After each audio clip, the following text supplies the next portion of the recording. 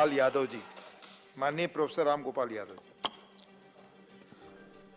धन्यवाद श्रीमान।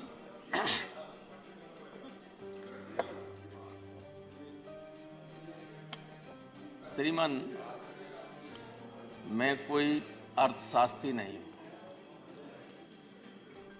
और न मैं आंकड़ों की बात करूंगा, क्योंकि मैं बहुत वर्षों से देखता आया हूं कि आंकड़े जैसे होते हैं वैसे दिखते नहीं और जैसे दिखते हैं वैसे होते नहीं।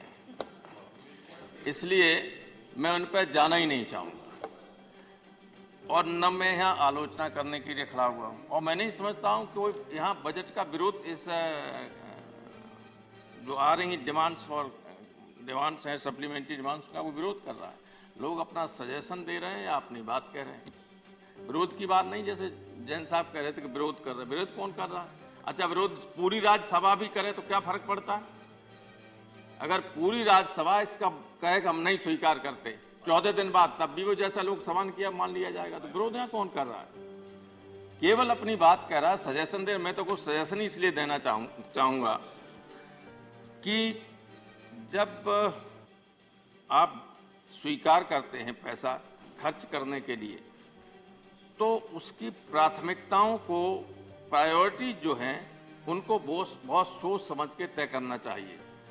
जन सरोकार के लिए किस पर कितना पैसा खर्च हो और प्राथमिकता के आधार पर किस पर कितना पैसा खर्च हो, वो तय हो तो ज्यादा कल्याण हो सकता है लोगों का। बजट में भी और आगे में भी, चाहे हेल्थ रहा हो, चाहे एजुकेशन रहा हो, चाहे एग्रीकल्चर रहा हो, जितना होना चाहिए उतना है नहीं। इस वक्त जो मरीज लोग हिंदुस्तान के आउट ऑफ पॉकेट जो खर्च होता है, आउट ऑफ पॉकेट जो एक्सपेंडिचर है, वो 90% उनकी जेब से खर्च हो रहा है। आयुष्मान भारत के वो कार्ड के बाद भी तमाम प्राइवेट अस्पताल तो कोई मान ही नहीं रहा उसको, और मान रहा है तो 100 रुपए की दवा देगा तो 5000 का बिल बना देगा ताकि जल्दी 5 लाख खत्म कर दे। तो और एक आंकड़ा ये है, हमारे यहाँ का ही है, कि प्रति वर्ष आउट ऑफ पॉकेट एक्सपेंडिचर जो मरीजों का होता है, उससे 5% लोग गरीबी की रेखा के नीचे आ जाते हैं। अगर हम ऐसी व्यवस्था करें जैसे दुनिया के कई देशों में है कि सारा खर्च गवर्नमेंट करेगी बीमार लोगों का, तो बहुत बड़े पैमाने पर लोगों का कल्याण हो सकता है। दूसरे जो रिसोर्सेज हैं, जो रेवेन्यू के रिसोर्सेज हैं, वो धीरे धीरे सूखते जा रहे हैं। उनके स्रोत, जहां से हमें काफी रेवेन्यू मिलता था,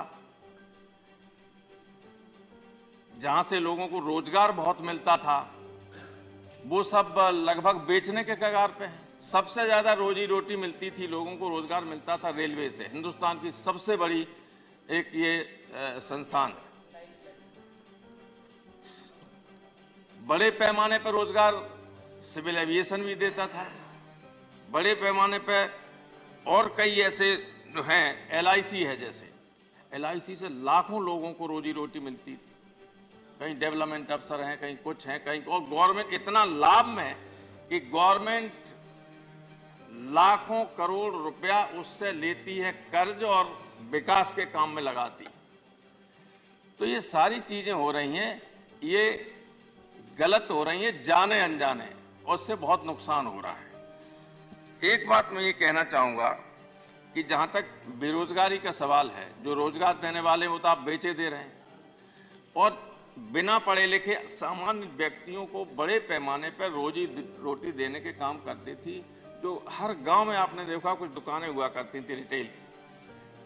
FDI इन रिटेल ने, ये गांव में दुकान करने वाला जो एक आदमी 5 लोगों को या एक परिवार को पूरी तरह पालता था, ऐसे करोड़ों लोग थे, करोड़ों दुकानें थी, चाहे परचूनी की हो, चाहे सब्जी वाले की हो, चाहे और कुछ हो। अब ये मुकाबला कर लेंगे रिलायंस के और वालमार्ट से, इन सबसे नहीं कर सकते कभी। तो ये जाने अनजाने हमारे नेतृत्व, चाहे ये नेतृत्व रहा हो, चाहे पहले वाला नेता हो, जिसने भी अलाउ किया है, उसने करोड़ों लोगों को बेरोजगार कर दिया है। तो हमें सोचना पड़ेगा कि इसका क्या किया जाए।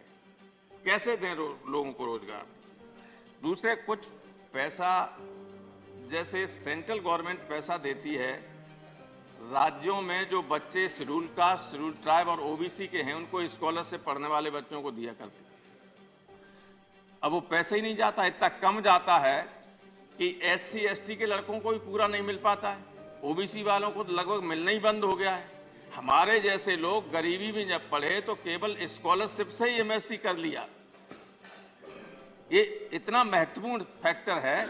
मैं माननीय मंत्री जी से कहना चाहूंगा, राज्य मंत्री बैठे हुए हैं, कि कोई ऐसी व्यवस्था करें, अलॉटमेंट ऐसा पैसे का करें कि राज्यों में बैकवर्ड और शेड्यूल कास्ट और शेड्यूल ट्राइब के लड़कों को स्कॉलरशिप विधिवत तरीके से मिलना शुरू हो जाए, जिससे कम से ऐसा नहीं कि सारा नंबर 1 देश हो गया।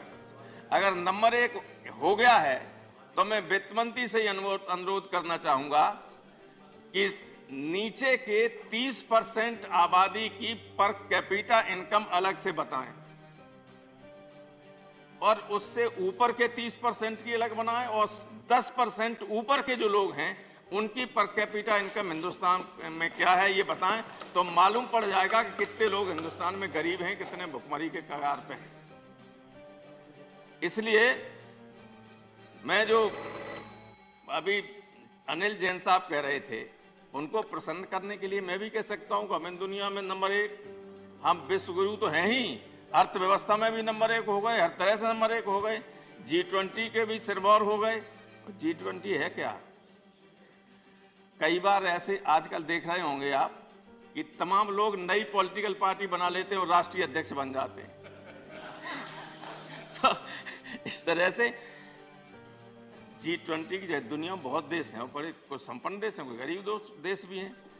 तो ये तो रूटीन्स है, अब चलता रहता है, इसमें कोई फर्क नहीं पड़ता। उसको बहुत ज्यादा इस लेवल देने की मत कोशिश कीजिए। ये सही है कि हमारे प्रधानमंत्री ने देश का नाम बढ़ाया है, इसमें दो राय नहीं, लेकिन अतिशयोक्ति भी ठीक नहीं होती है। कई बार मान लो पूरी न हो तो फिर उसके अपोजिट असर पड़ता है जनता।